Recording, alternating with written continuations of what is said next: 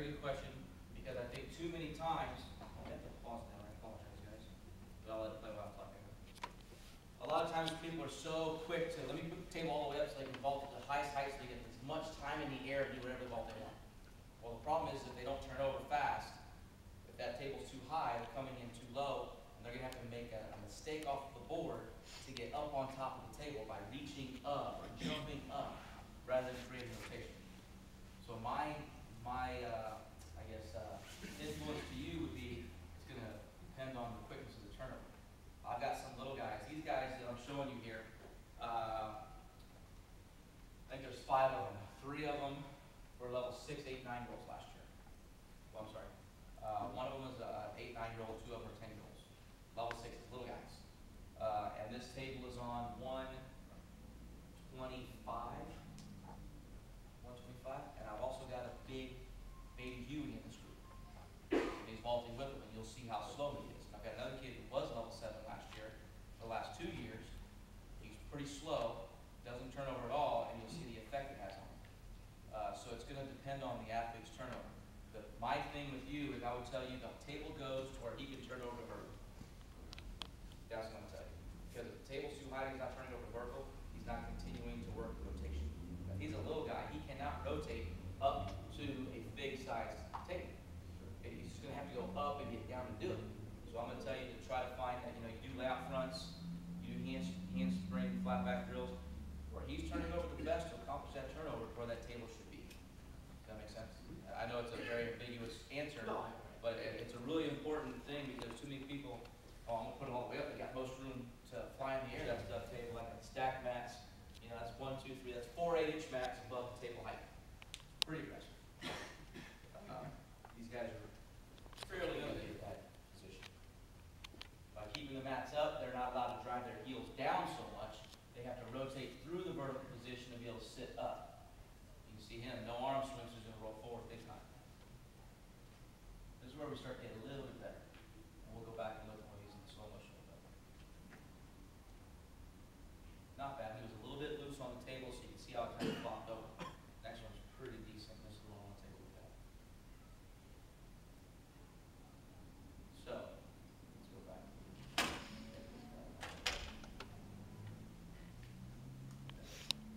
Now, obviously, hands are in low front. We talked about this last time. You can see his arms going up. I talked in my last lecture, for those of you who weren't there, about arm swing and the use of the arm swing. Pretty much at this point in time, the vault is determined, and every mistake they make off the table is because of what they've done to this point in time. His arms are forward and up off the table. Now he's going to have to reach down or out, in this case, which means he's shorter vertical, he's going to be loose, he's going to lack the rotation off the table. However, what we're looking at here, because he's 9 years old, he's actually sitting up without driving his heels to that arch position, but he's still creating the rotation to be able to lift his shoulders up into his body for rotation. And that's pretty good for a 9-year-old, 9, 10-year-old. You can see he's got the direction of the vertical block, he's sitting up, and he's still continuing the rotation there. Now, if he gets the arm swing over further back, keep his shoulders up, the feet in front of him, he's actually going to, instead of contact the table where we saw, let's see if I can back this up a little bit.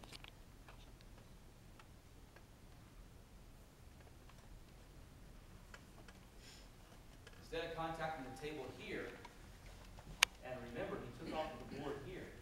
This is about 4 feet of distance he's traveling to get there. That's a long time to be in the air without contacting the table. So he can contact the table actually closer, which means he loses less air time, which means he continues the rotation and uses the board, the table, as a springboard into the rotation. Does that make sense? I apologize. It's handspring, flat back, then I go handstand, handstand to create the vertical action, and then the handspring step. This handspring to handstand is probably the most important drill as you're trying to teach the direction of the block to go vertical. Because the old school handspring flat back, like I said, if you put them down too low, they're just going to kind of flip over. And anybody can do that. But we want the height and the rotation.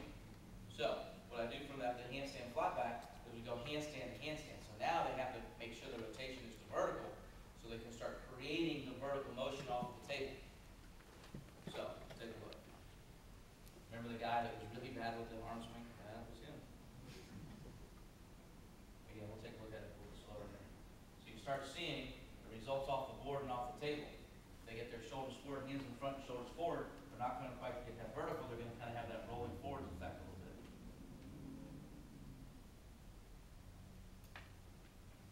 Not bad. A little bit loose, a little bit leaning forward, arms forward.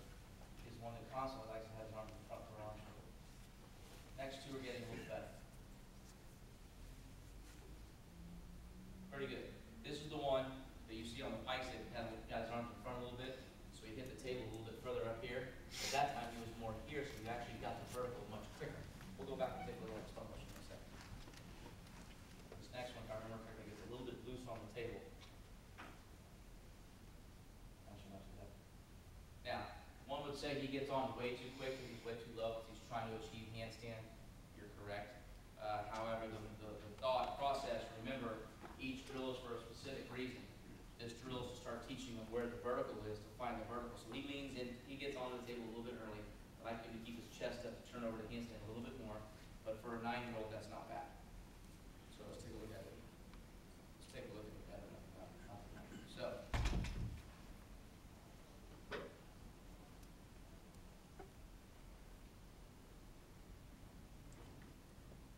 arms are down very well.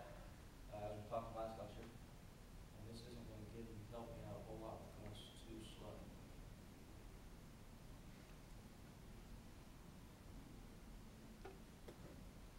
Problem is his arms come up off the arm swing. We talked about this last lecture. Not letting the arms go above his shoulder because then I have to reach up and down. So what happens is his shoulders go in front of his hands. And you can see how his shoulders are in front of his hands right here? This is what ends up happening when your shoulders or hands are up. You reach down and now you kind of get that little bit of a rolling phase. So you kind of see it. But what's happening is it's kind of stopping his feet to keep from going past vertical. Too much.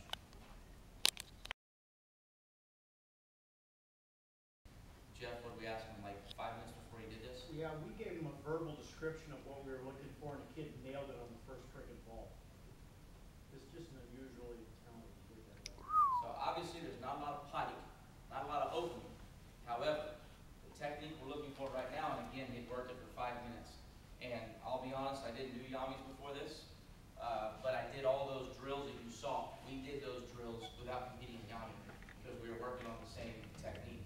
At the time, he was starting level 9 as an 11-year-old.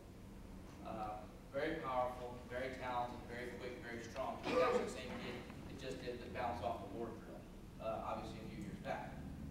So, let's take a look at the ideas we've been thinking about. Turn over from board to table, using the table as a springboard to get to vertical while continuing the rotation. Let's see how many things he does.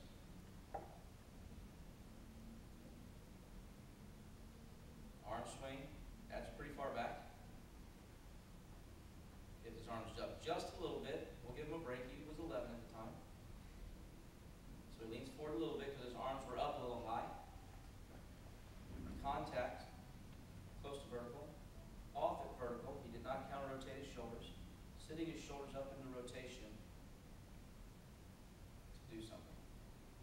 Whatever it is he wanted to do. Okay?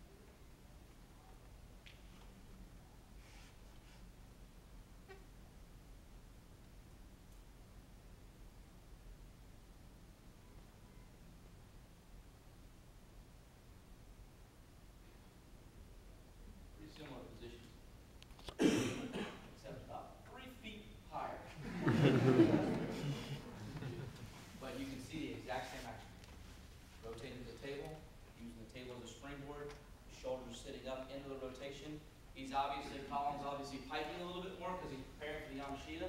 So if he doesn't roll this in too much, he just stays a little bit tighter there and sits up, he's doing the exact same action. Just twist 3 times, Colin, you got it. So, that's a twisting ball. There's your relation on that. Sitting up into the flip is actually easier. Because you establish that rotation, shoulders and hands lift upwards and forwards while creating a hip rotation and vertical. Does this make sense?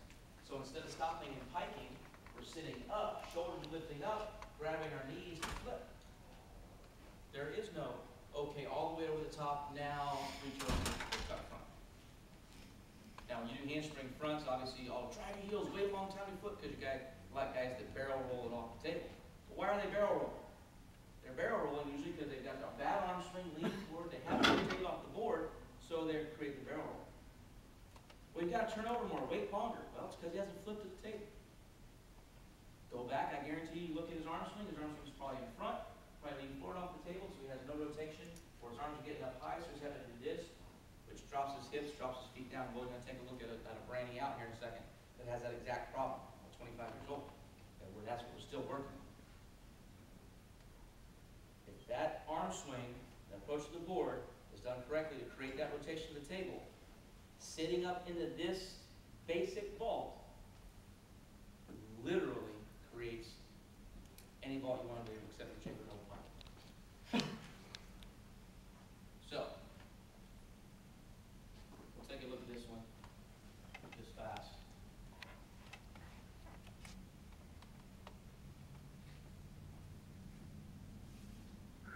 See Ron, he can land it.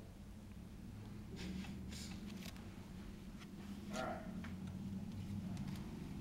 We'll get 3 down the way. We'll pull up. Gross. We'll leave Colin right there.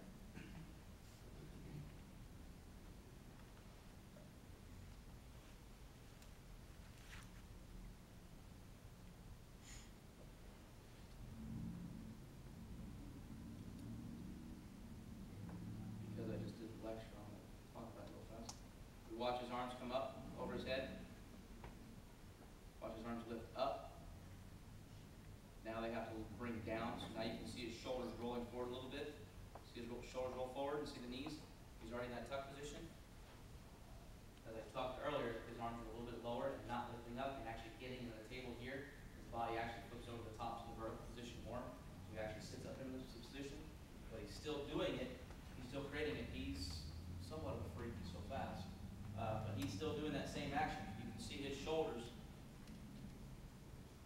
lifting to that same position right there. So you can see, I lived. You can see how that relates. The exact same position. Hands turned over to vertical, sitting up and forwards. He keeps his arms down instead of reaching up. His shoulders stay behind his hands, so he actually gets more turnover, more vertical action going into that ball. As a matter of fact, yeah, exactly. That's unfair. This guy's a freak.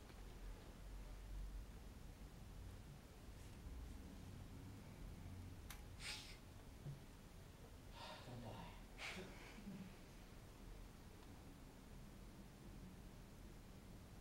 Easier. So, let's see where we're at.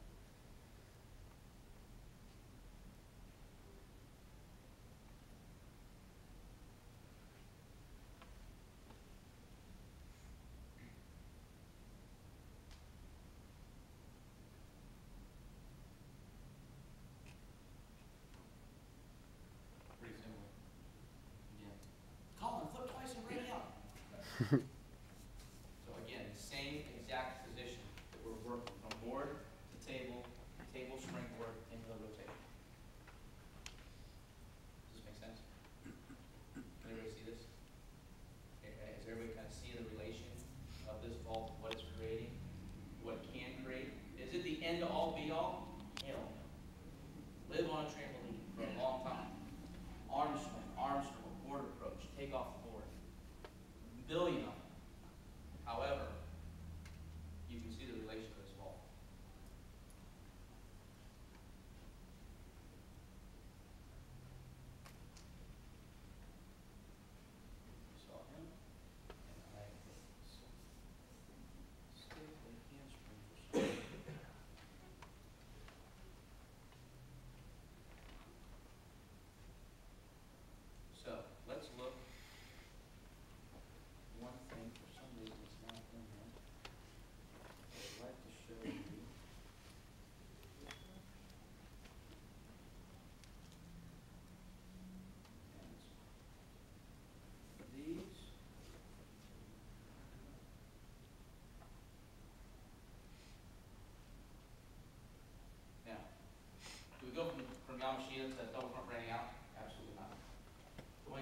handspring technique versus the Yamashita. Because we're trying to create this real quick rotation off the board to the table and then rotating our shoulders up quick versus the old school heels down and sit up, what I've kind of done is with our handsprings, and he actually did the Future Star program also, he did the handspring stand. The 1 year that he actually started getting bigger and stronger, I think he was an 11-year-old, he got the highest score in the meet because he did it unlike anybody else in the meet. He did it with a complete straight body off of the table and landed over-rotated on top of mats with a complete straight body where he never went to an arch position. So he came off of the board, he got the rotation vertical, he actually was able to bring his hips, shoulders up into his hips to stay completely straight and come forward and off of the board. So this is kind of the evolution of that drill, is on the stack mats, is the handspring to stand, trying to stay straight. And he's taken that kind of Yami position, and he overemphasized it a little bit. Colin had ankle surgery in December, has been recovering, trying to get back on ball, got some, strength issues he's trying to come back to, so not the greatest. Get the idea of kind of the evolution of the next drill. Now on that one, his arms are a little high in his arm circle, so we lean forward a little bit, so you can see him kind of rock his shoulders forward and have to kind of almost catch up with his heels to create the turnover because his shoulders were a little forward. I want to show you this one because this one really demonstrates I think what we're kind of looking for. I'm going to play it fast motion and we'll go back to it again. Remember the Yami he did? He sit up into the pike to stop it. He did it a little bit too much, but again, he's kind of getting it back. But you can see that vertical action starting to happen for the rotation. If he gets a little more aggressive and really lifts his shoulders up with a better arm circle and starts turning, he can Rudy out easy. And he actually does. He does cause full and cause 1.5 pretty well. Using that extreme turnover and the vertical technique. Let's look at that one again and see what he's doing there.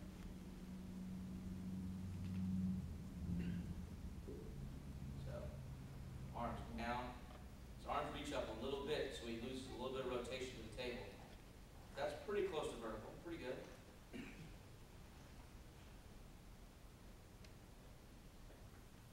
His shoulders roll forward just a little bit. That's a pretty good position.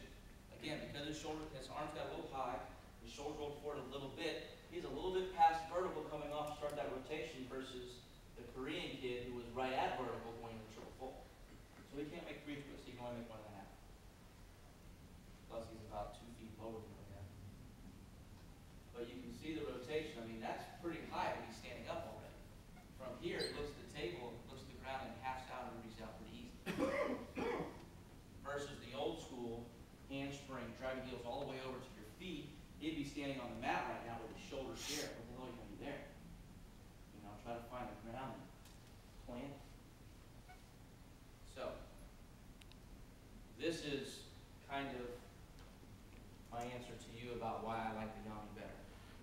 If you drop this down a little bit to just 3/8 inches above, 1, 2, 3, the Yamashita that he'd be able to do there is still pretty difficult, but also would really help create this kind of rotation.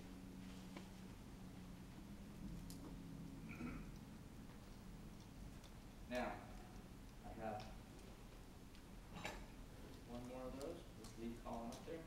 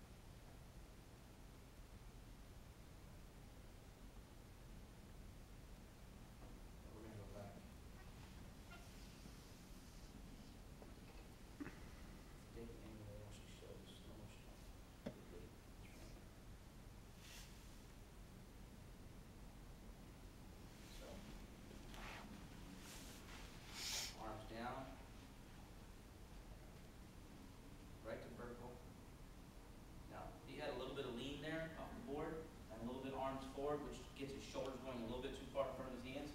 You can see the shoulders actually kind of still rolling this way just a little bit rather than really pushing the vertical. When he does that right, he really pops the vertical and he just nails the hand. So you can see his shoulder movement still going forward there. That's not the clearest picture there. But again, it's that same sitting up action. Trying to get there. That's all created from the board to table. Now, going back to your chambers with this, you got a good round off. You got a good round off for the half on, because the other freak that we know, Xiaoping, who did the round off half on Randy like it was nothing, who also can do Randy's. Same technique off the board, as you're turning, you still have to have that turnover